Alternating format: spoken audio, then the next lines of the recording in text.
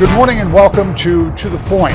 Well, the elections are over, the transition has begun, and many people are looking to the agenda for 2019, wondering exactly what that will be. For other members, like the Senate Majority Leader, who is term limited, he's looking back at the past 8 years and ahead to something called lame duck.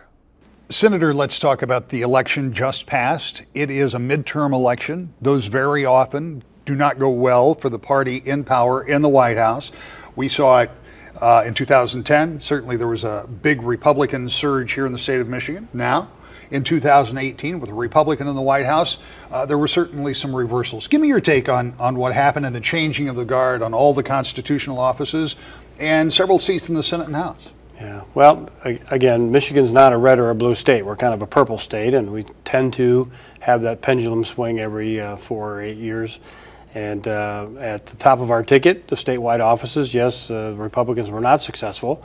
And I attribute that to a lot of the ballot proposals. More people came out to vote for the ballot proposals. More people in general came out to vote. And we lost a couple of seats, current seats, and some open seats in the Senate, as did the House. But the legislature remains in Republican control. And I attribute that to our candidates. They all work on their districts, and the politics are local. So they are well known by their constituencies, and those folks returned them to office. One of the things about an election cycle like this is we knew there was a lot of energy out there, and we saw, even in the primary, we saw elevated voter enthusiasm. So, not that you have a crystal ball, but how does this play out going forward? Because people seem to be very in tune with what's going on in politics, even if it isn't exactly what's going on, what they believe is going on in politics. Are we at a point now where people are more engaged, even if it's a matter of being engaged because on one side or the other they're unhappy? I think that's probably true. On one side or the other, they're unhappy. I know when I first began this, as I mentioned earlier, all politics is local, but it gets to the point, even at the local level, you generally don't attend the township or the city council meeting unless your ox is being gored, if something is not going appropriately in your neighborhood or to your liking. So as more people become engaged, which is a good thing, right? They need to know what it is their government's doing with them, for them, and the essential things that can be done and the things that they shouldn't do. And they should be involved at every level they can be. Let's talk a little bit about those ballot proposals, because they're big changes in Michigan and the way we will approach things going forward. Obviously, I'll start with Proposal 3 because that has to do with voter registration, same day voter registration, no reason to absentee, any interaction with the Secretary of State, you will be proactively registered to vote. It was probably the least discussed of the three of them. Right, correct. Prop 2 makes fundamental change in redistricting, and that's going to be a really big deal to see how that works out, because a commission of people not associated with politics, not associated with the legislature, can't really even be involved in the political process, are going to be asked to draw those districts. You've been involved in that. That is a complex issue. Yeah, how do you see that playing? It is, and also they're unelected and unaccountable to the voters. If the voters don't like the way the lines or redistricting has been done, there's not a way to remove them except for by another constitutional amendment. You hire legislators to do that job with some knowledge and some things, and do it in the most public way possible. And I will say, from the last time I was involved, they are fair, legal, and constitutional. And we didn't even get sued last time, and because typically there's some lawsuits over the lines, and we did not even get sued because people said those are fair lines, those work really, really well. But the part that's troubling to me is the citizens that now have given this to an unelected, unaccountable group of folks, and then they can't recall them, they can't vote them out of office. So that I would have maintained that I think that it's better for Michigan if elected officials had done that, so you could hold them accountable. And then you get to Proposal 1, and we become one of a handful of states in the nation that says, yes, marijuana can be used recreationally.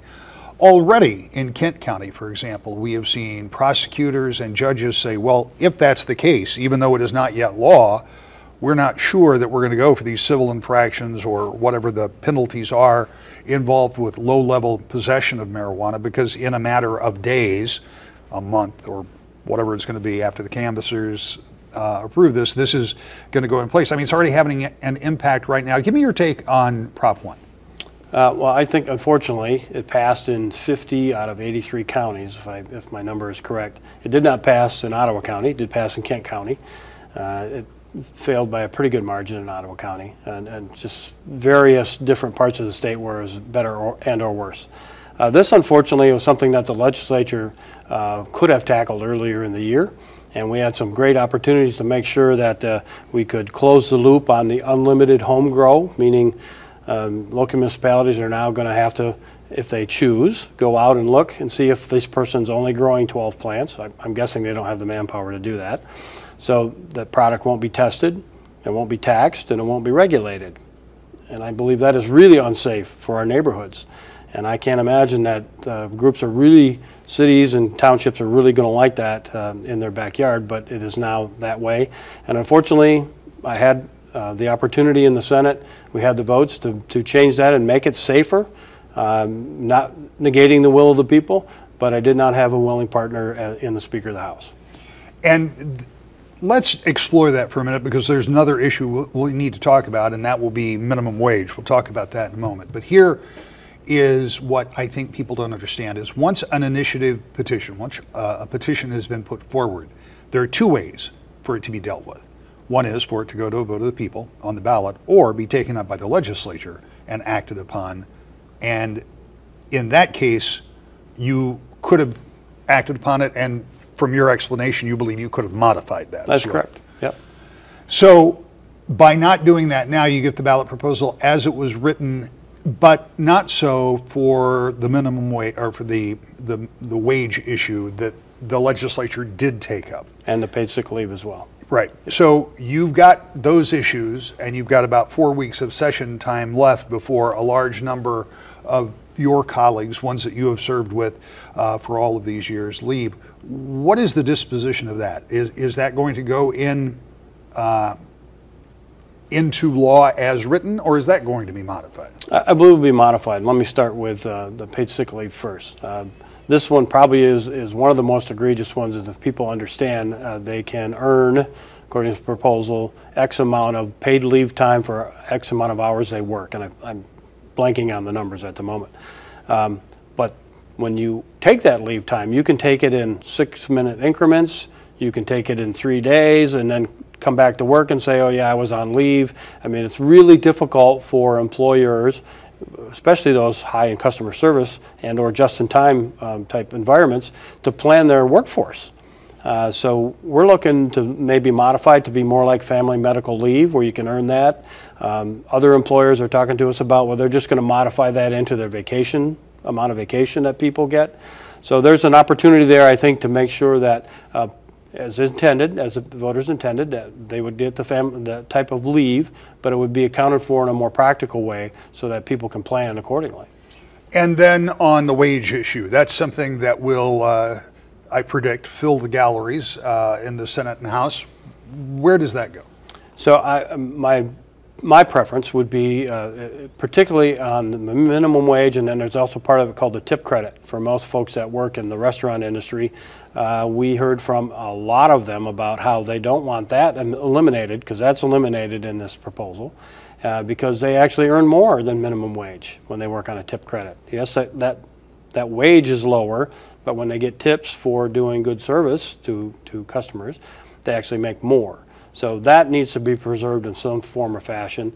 And then the minimum wage we had just dealt with a couple of years ago and put inflation factors with it. So that's something we're looking at as well, and I expect we'll do that very shortly in the first part of lame duck. When we come back, what will that extra session, if you will, the lame duck session of the legislature look like? It's 4 weeks, 12 days. It could be a very involved process. We'll talk with the Senate Majority Leader, Arlen Meekhof, about that when we come back. To the Point. Welcome back to the Point. Clearly, the Republican Senate Majority Leader, Arlen Meekhof, looks back at the past 8 years and sees it as a success. As a program note, another senator will be our guest next week. He has a much different view. But let's continue now with our conversation with the Senate Majority Leader and what could happen in that session of the legislature called lame duck. So let's talk about lame duck. And I said before we went on there, this could be the lame duck of all lame ducks that I've covered. And the reason I say that is twofold. One is from the perspective that Republicans have been in control of the Senate and the House and the governor's office for the last 8 years. There will be a big change in January. All the constitutional offices will now be held by Democrats. The margins will be smaller in the House and Senate, but as you point out, Republicans are still in charge. But that's one factor. The other factor is there are something like 28 members of the Senate out of 38 that will be leaving. A couple of those are not term limited. They were defeated either in a primary or in a general. But the rest of them are term limited members, such as yourself, many of whom won't run for office again. Some may, but a lot of them will not. And they have some unfinished priorities. But we also know lame duck can bring about things that are somewhat unexpected. I go to 2012 and right to work. And I'll never forget sitting on that bench out in front of the Senate chamber. And a well-respected member said to me, "We're going to do right to work tomorrow." And I said, "No, you're not going to do right to work tomorrow." And you did right to work tomorrow, the very next day. I mean, and that created some of the bigger crowds I've ever seen over at the Capitol while legislation is going on. And some of what you just talked about seems to have that potential too, with the difference that we're in a highly volatile cycle in politics where people are very ready to turn out and demonstrate. So with all of that as a background, what do we think lame duck looks like? Well, I think there's a number of issues, the two that we just talked about. I still intend to do some more work on auto no fault to make sure that people have an ability to afford their auto insurance. We have an emerging problem with local governments and their solvency based on what they've promised in terms of retiree benefits. So we have some opportunity there because they have probably overpromised, and we need to find a way for them to make sure they can meet their promises that they've met to people that are retirees. We also know that some of those same communities have the highest incidents or problems with their infrastructure. So when they go to borrow money, maybe they can't because they're overburdened with their retiree commitments that they've made. So in order for them to improve their infrastructure, water, sewer, or roads, they're not able to borrow money to do that. So that is a catch-22 there. And then also, I think there's an opportunity to work on some more infrastructure things, whether it be, as the governor mentioned, with Enbridge, that the tunnel there across the straits. There's just a number of things like that we could do to protect our environment. I'm as a sportsman and someone who lives near the lake, I'm very concerned about Asian carp and any of the invasives. So there's some work to do there. And then I think there's a really great opportunity because revenues have been very strong in this state. Thankfully, because of the policies that we've put in place, the economy has grown. And I think there's an opportunity to retire some more debt that the state has. When you approach this, I mean, it's got to be a little bit different for you because you now measure your time left in office in weeks. My wife has it down to days. I'm sure. You know that this period of time is all you have, and it's not just you, it's all of those other members that I talked about as well. Same is true for some folks over in the House. How do you get those priorities met, and how do you encourage people to vote, and how do you get the governor to go along with you on some of these things? Because everybody's leaving kind of at the same time. It's not like, well, we'll work on this today and then next year we'll work on that, because there is no next year for the bulk of you in the Senate. So the governor, the speaker, and I have been working very closely, and we have a list of about 6 or 8 things that we generally agree upon, and we have more work to do with our members to move those things along. But there'll be many other member priorities, and sometimes their priorities are helpful. If you can help them get those done, they'll vote for the bigger issues as well that need to be accomplished. It's making the sausage, which people don't like to see, but it is an imperfect process fraught with imperfect people, but it's still the best one out there. And I think we will be well served by this lame duck to continue to put Michigan on that path to economic growth. Let's talk about auto no fault for a minute, because as you said that, I was thinking boy, that's a heavy lift. But then I was also thinking, I just described a whole bunch of people who may not be in this process again and have perhaps less pressure being brought on them by the big moneyed interests that have so often, my words, not yours, that have so often derailed auto no fault reform in the legislative body. Does it seem more likely to you that you might be able to get a movement on this with a bunch of people who aren't going to be standing for election? That's a possibility that they're not standing for election, but I think more they're looking at there's an opportunity to reform auto no fault without impacting people's ability to have the health care if they're injured in an auto accident. And I don't know so much if it's the big money interests or the fact that the Senate sent over 2 different plans, and we've also then encouraged the House, here's a couple more things you could add to it, maybe something as simple as if you're a senior, 65 and over, you get a choice on your PIP coverage, your personal injury protection, because Medicare will pick up something after $50,000 of occurrence or something. So some very simple things. Fraud authority to put in the Attorney General's office, which we estimate somewhere north of $400 million a year of fraud that's committed and paid for out of the system, either by providers or by people in an accident or insurance company, all levels of fraud. Signed claims where we have folks that get injured that have never paid into the system, and we need to change that. There should be some limits on if they've never paid in, how much benefit they should be able to get out. And I'm blanking on the last one, attendant care, where we believe there's some reforms there. Some court decisions have rendered those things very, very hard for attendant care costs, and they've been creeping up at an ever alarming rate, and we believe there's a better way to do it with family and other things. So. Just that alone could take up a lot of the legislative time that you've got left. But again, a lot of those folks that are there are versed in these issues. I mean, it's not like we haven't talked about it for 4 years, because we have, and the Senate has sent over 2 plans, and the House had 1 plan they tried and failed. When you look at this from your perspective of serving first in the House and then in the Senate, and for the last 3, almost 4 years as the Senate Majority Leader, other than auto no fault, some of the things you talked about, do you have personal priorities that you would like to see beyond those things, maybe things that pertain to Ottawa County or things that you would have liked to have seen done at some point? Well, I can honestly say, Rick, I can look you in the eye and say that the things that I had on the top of my bucket list are all done. Right to work, repeal prevailing wage, prohibit partial birth abortion in Michigan. Those are my top 3 things when I came to office. They're done. I'm very proud that I was able to serve Ottawa County. There's a lot of small things maybe that we could do for Ottawa County, but I'm most proud of 8 years in a row with a budget on time. The economy in Michigan is roaring that we can't find enough people to do the work. We've paid down a significant amount of debt. We've invested more money in education. And at one point in my career, when I first started in the House, the budget and our processes were so bad, we had enough money to run the government for 20 minutes. And now we have $1 billion in the bank. That's what planning with and having a great governor, a CPA, can do for you. When you look at the budget process as it has been done in June, early July, I think maybe the latest, over the past 8 years. And again, you're not going to be there, so and this is kind of crystal ball stuff, but Senator Shirkey will be the Senate Majority Leader, Speaker Chatfield over in the House.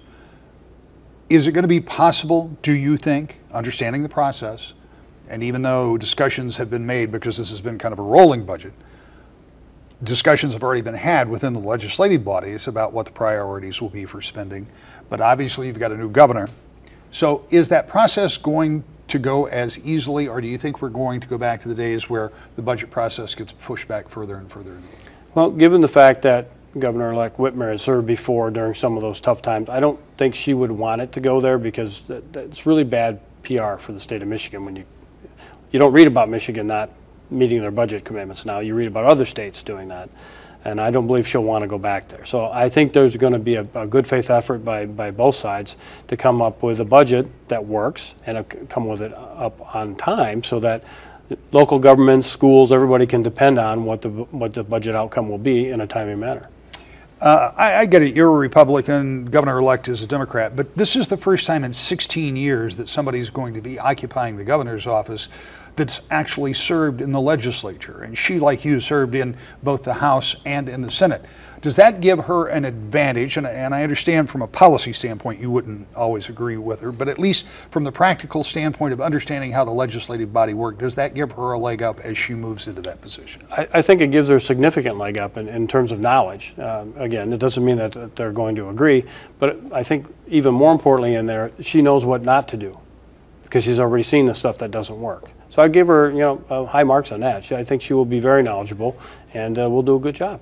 Talk to me a little bit about this time, and we hope, I certainly hope, before this year comes to an end or maybe very early next year, to have a longer conversation about this. But you told me you went into office in January of 2007. Correct. During that period of time, you have seen a lot of change in the state of Michigan.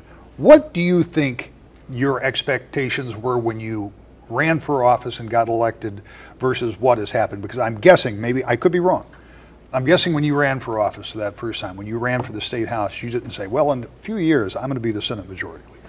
Yeah, no, that excuse me, that was never on the list. That just happened by a lot of other things that happened through other people's decisions.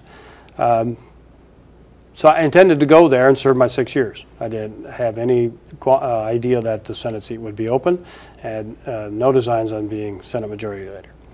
And I thought at all costs what I was trying to do was rescue the state, because I had kids in college and one of them who was going to move out of state. And seeing the brain drain and all of the people leaving Michigan, our brother-in-law's friends, a lot of skilled people who were leaders in our church and Cub Scouts leaving the state to go to other places because they need to provide for their families.